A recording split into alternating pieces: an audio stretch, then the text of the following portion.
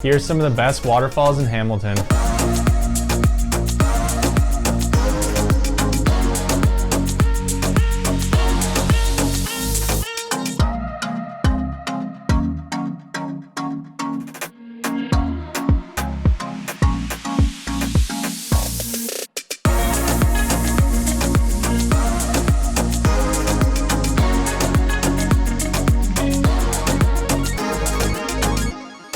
Something I didn't know about Hamilton is actually the dozens and dozens, if not there's probably even hundreds of them, waterfalls that are surrounding the city. So I decided to head down there and I put together some of my favorite waterfalls, some tips and other things that you should know before you head out to those waterfalls. Make sure to watch till the end of this video to see my hidden gem waterfall. If you're new to this channel, my name is Joe. I'm a travel content creator and I've been exploring all around Ontario. So make sure to like this video and to subscribe so you don't miss out on any more content. The first waterfall on this list is Tews Falls and Dundas Peak.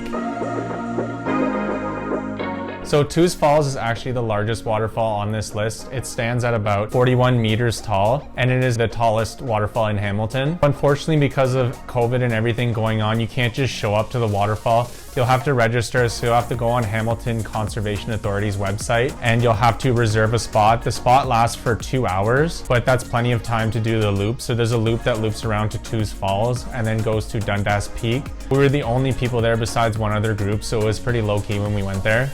There are actually 2 platforms that you can overlook Tews Falls to get a really good view of it. And once you're done checking out Tews Falls, you can hike down for another probably 10 minutes. And it's really cool because you're kind of on the side of the valley and it leads up to Dundas Peak. So it's this really nice lookout that's overlooking some of the town and the Niagara Escarpment. You do have to pay to get in here for parking, so you'll have to go on their website.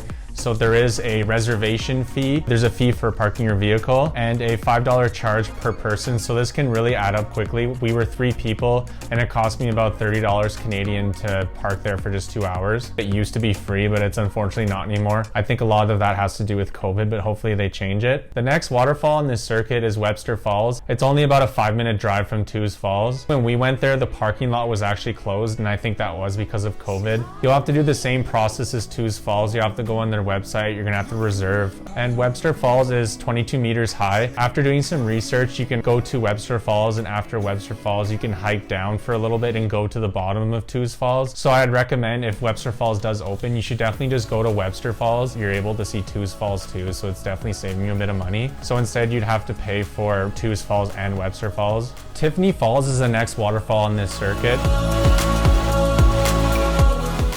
You don't have to go through Hamilton Conservation Authority's website to book, but you do have to pay for parking. There is very limited parking there too. The parking costs about $11 Canadian for 2 hours. The hike to get in to see Tiffany Falls is really easy. It only takes about 10 minutes and most of it's pretty flat. It is a really beautiful short little hike. It was definitely the busiest on this list for all the waterfalls. It's by no means like a hidden gem or anything. Tiffany Falls is around a 21 meter high waterfall, and we were expecting something to be really incredible, but they hadn't gotten rain in a while, so the flow was definitely a lot less than it was. You can see from some of these videos there wasn't that much flow going on, so I don't know if it would have been worth it at that time. So you kind of have to keep that in mind. I didn't even think of that honestly when we were going. I was so pumped to check out this next waterfall, and it's Devil's Punchbowl.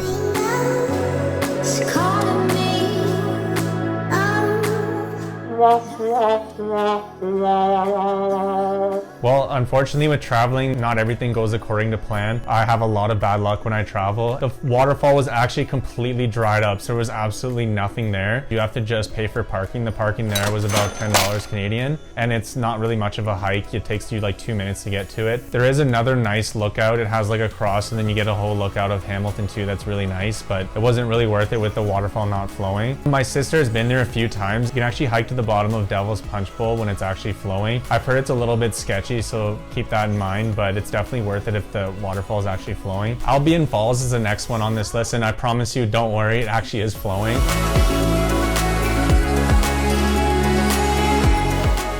Albion Falls is really, really beautiful, and it reminded me a lot of some of the waterfalls we saw in Bali. There's plenty of parking to see the falls, and there's a trail that goes along the gorge, but unfortunately I was really disappointed with this. You actually can't go to the bottom of it because I think a lot of people are trying to climb up and it was kind of sketchy, so they closed it down, so you actually can't hike down to the bottom of the waterfall. I was pretty bummed about that. I still recommend checking this out anyway, and it was one of the more stunning waterfalls on this list. And last but not least, the best waterfall on this list, Desu Falls.